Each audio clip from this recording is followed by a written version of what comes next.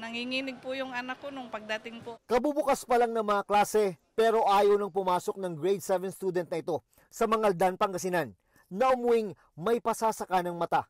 Ang pang-aasar kasi sa kanya kahapon ng ilang kaklase na uwi sa pagtatawag pa nila ng taga-ibang section at pagsuntok ng isa sa kanila sa biktima sa loob mismo ng classroom. Takot na pong pumasok. Sinabi ko po sa kanya na wag po siyang matakot.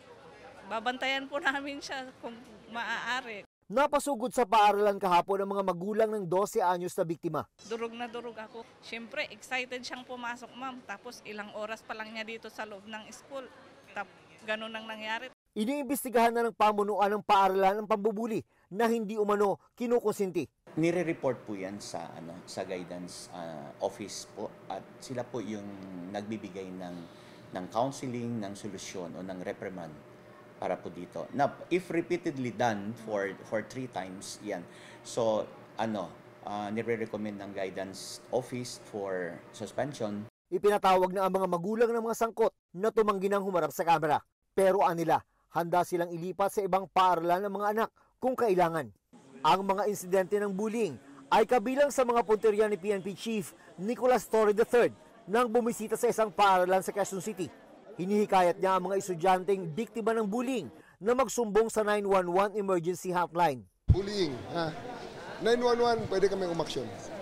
Alright, so 911, parating nyo sa amin, katulong namin ng mga teachers para maaksyonan kung may nagbubuli sa inyo. Let's make the schools a safe space. Sabi ni Torre, kapag may tawag sa 911, ibababa ito sa mga local police station para ipagbigay alam sa mga school head ang sumbong tungkol sa bullying.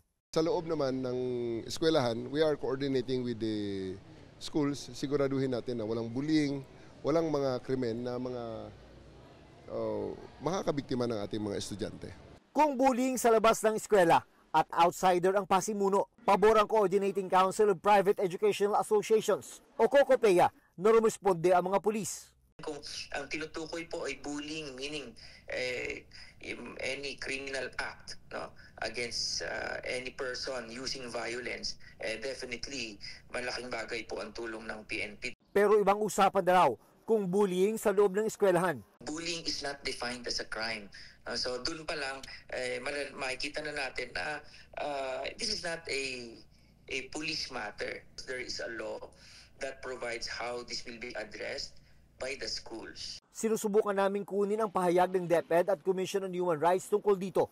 Bago pa ang pagsisimula ng klase, ay mas pinalawig at pinalakas ng Department of Education ang programa kontra bullying. Bumuo ang DepEd ng Learner Rights and Protection Office. This application po ma'am ng mga school heads na kapag may mga ganun po na issue sa kanilang paaralan ay dapat po na may report kaagad dito po sa LRPO. Para sa GMA Integrated News, June Veneracion, Nakatutok, 24 Oras.